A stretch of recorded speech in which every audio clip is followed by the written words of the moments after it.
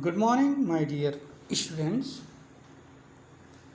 Today, I DP sir again with some new important question answers related to the topic respiration for CBSE board class 10th students. Come and see questions one by one and its explanation. Actually ये एक question नहीं होता है, मैं जो आप लोग बताता हूँ उसके एक्सप्लेनेशन में और कई क्वेश्चंस होते हैं, तो आप लोग थोड़ा सा ध्यानपूर्वक उस एक्सप्लेनेशन को सुना करिए, क्वेश्चन के आंसर को देखा करिए, एक्चुअल क्वेश्चन आंसर क्या है। और अगर आपको लगे कि ये वीडियो आपके लिए यूजफुल है तो आप इसको शेयर करिए, लाइक करिए, ठीक है। Come first question is how does respiration takes place in plants. सवाल उठता है कि प्लांट्स में रिस्पिरेशन कैसे होता है, इसमें प्लांट्स में। तो देखिए अलग अलग प्लांट पार्ट में रिस्पिरेशन अलग अलग होता है। रिस्पिरेशन क्या है, यहाँ पर रिस्पिरेशन की जो बात पूछी गई है वो बेसिकली गैसियस एक्सचेंज से है। इसका मतलब कि प्लांट पार्ट्स में गैसियस एक्सचेंज कैसे होता है, ठीक है। आइए जरा सा हम कुछ प्लांट पार्ट्स को देखते हैं और उसमें गैसियस एक्सचेंज कैसे हो रहा है इसको भी समझने की कोशिश करते हैं। अगर हम बात करें रूट्स की तो प्लांट में रूट हेयर के through direct gaseous exchange soil particle से हो जाता है। सॉइल में जो ऑक्सीजन प्रेजेंट होती हैं वो रूट हेयर्स या रूट के जो भी डेलिकेट पार्ट्स होते हैं उनमें अपने आप ऑक्सीजन डिफ्यूजन से अंदर जाती हैं और कार्बन डाइऑक्साइड निकल करके डिफ्यूजन से बाहर हो जाती है, ठीक है। अब आइए हम लोग बात करते हैं रूट के बाद में ऊपर बढ़ते स्टेम की तरफ।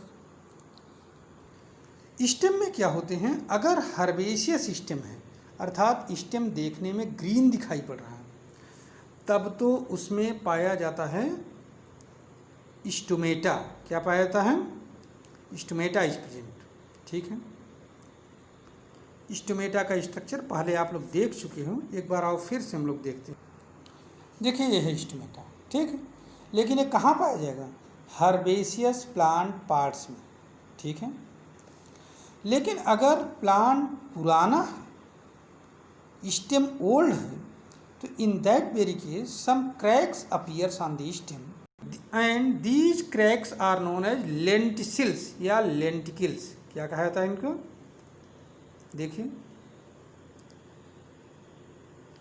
लेंटिकल, यही जो क्रैक्स बार्क पर जो क्रैक होता है उसमें। These lenticels have loose cells through which gaseous exchange takes place and the last part is leaf. In the case of leaf, all of we know that stomata is present and gaseous exchange takes place through the stomata, ठीक है। तो यहाँ पर कुछ भी ऐसा नहीं, आप थोड़ा सा ध्यान रखेंगे। In root direct diffusion through the root hair and epidermal cells, in stem through the lenticel, in herbaceous part of stem stomata is present through which gaseous exchange takes place, and in leaf again it is stomata through which gaseous exchange takes place। समझ में आ गया ये बात, ठीक है। अब इस तरह से इसमें होता है। चलिए आइए अगले क्वेश्चन की तरफ हम लोग बढ़ते हैं। Next question is how does respiration occur in the following amoeba and paramecium, earthworm, insects, ठीक। तो आइए सबसे पहले हम लोग देखते हैं अमीबा एंड पैरामीशियम।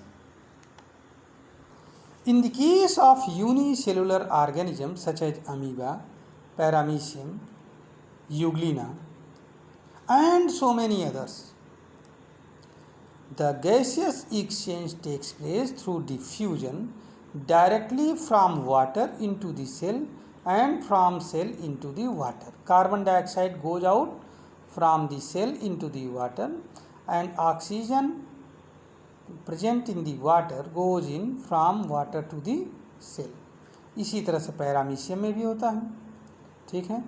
ऑक्सीजन अंदर गया डिफ्यूजन से और कार्बन डाइऑक्साइड डिफ्यूजन से बाहर। इसी तरह से यूग्लिना में भी होता है, ऑक्सीजन अंदर जाता है डिफ्यूजन के थ्रू और कार्बन डाइऑक्साइड डिफ्यूजन से बाहर हो जाता है, ठीक है। यही नहीं, जितने भी इस टाइप के ऑर्गेनिजम्स होते हैं सब में इसी टाइप से होता है, ठीक है। दूसरा पार्ट क्या है क्वेश्चन का, जरा सा उसको भी हम देखते हैं।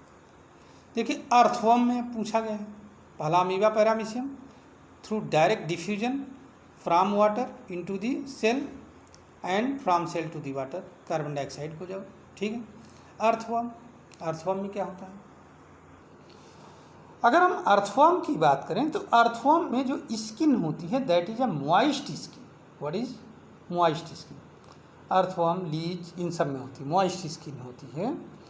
And the oxygen from atmosphere directly enters into the earthworm body through the diffusion and from the earthworm body the carbon dioxide goes out into the atmosphere, ठीक है।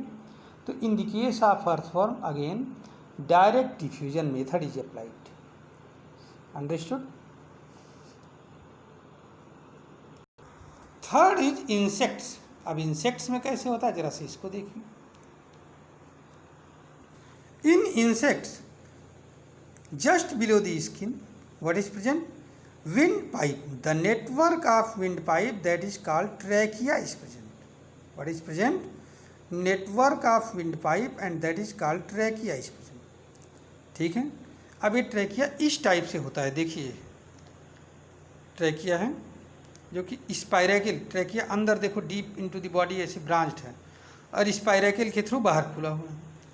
यहाँ पर होते हैं स्पाइरेकल, ऊपर सरफेस पर, ये नीचे की ओर देखो, नीचे के सरफेस पर, ऊपर के सरफेस पर, हर जगह होते हैं। और स्पाइरेकल से ऑक्सीजन इंटर करेगी ऐसे पूरे इस नेटवर्क के थ्रू पूरे बॉडी में पहुँचेगी। इसका एक पूरा नेटवर्क फैला रहता है पूरे बॉडी में, ऐसा नहीं एक जगह है, पूरे बॉडी में, ठीक है ना। और फिर कार्बन डाइऑक्साइड यहाँ से निकलते हुए इसी स्पाइरेकल से बाहर निकल जाता है। समझ में आया ना? तो इस तरह से इंसेक्ट्स में होता है, ठीक है। ये तो अभी तक जो हम बात कर रहे थे वो क्वेश्चन आंसर की बात कर रहे थे। अब कुछ ऑर्गेनिजम्स में और हम विचार करते हैं, जैसे स्पॉन्जेज में कैसे होता है डायरेक्ट डिफ्यूजन, वाटर से डायरेक्ट जो है स्पंज के बॉडी में, स्पंज के बॉडी से कार्बन डाइऑक्साइड बाहर निकल जाता है वाटर में, ठीक है। हाइड्रा में कैसे होता है डायरेक्ट डिफ्यूजन में था, वाटर में तैरता रहता है, वाटर से ऑक्सीजन अंदर गई, कार्बन डाइऑक्साइड अंदर से बाहर हो गई। इंसेक्ट्स में ट्रैकिया या विंड पाइप के अलावा कुछ और भी वो होते हैं, क्या कहते हैं, रिस्पिरेशन के लिए आर्गन पाए जाते हैं। जैसे इसमें क्या पाया जाता है, बुक लंग्स पाए जाते हैं, गिल्स पाए जाते हैं, ठीक है। तो ये भी होते हैं जिनके थ्रू रिस्पिरेशन होता है, ठीक। फिश के केस में क्या होता है, गिल्स पाए जाते हैं, गिल्स के थ्रू रिस्पिरेशन होता है ना। फिश कैसे करती है, गिल्स के थ्रू। और जैसा कि हम जानते हैं कि एम्फीबियंस में, बर्ड्स में और हम लोगों में लंग्स के थ्रू रिस्पिरेशन होता है। किसके थ्रू? लंग्स के थ्रू। और लंग में हवा कहाँ से आती है, नॉस्ट्रिल से आती है। ह्यूमन बीइंग का बाद में डिस्कशन होगा, अभी नहीं, लेकिन एक जनरल आइडिया आपके पास होना चाहिए। लास्ट क्वेश्चन है, what is common in all organisms during respiration. अगर हम इन सारे ऑर्गेनिजम्स की बात करें, अब क्वेश्चन क्या कर रहा है, चाहे वो प्लांट की बात हो, चाहे एनिमल्स की बात हो, एनिमल्स में कोई भी एनिमल हो, अमीबा से ले करके कोई भी मैन तक, क्या कॉमन होता है? तो इसका आंसर होगा diffusion process is common in all organisms where respiration takes place, ठीक है। अल्टीमेटली डिफ्यूजन का इन्वॉल्वमेंट सभी में होता है, चाहे वो प्लांट्स हो, चाहे एनिमल्स हो, चाहे यूनिसेलुलर एनिमल हो, चाहे multicellular animal. In all these organisms diffusion is common, diffusion is involve in all these organisms. समझ गए? आज की इस वीडियो को हम इतना ही रखेंगे and I hope so that you will get benefit from these answers whatever I have given. Next day we will take another topic, that is respiration in human being, and we'll discuss some question answers. Thank you and have a good day.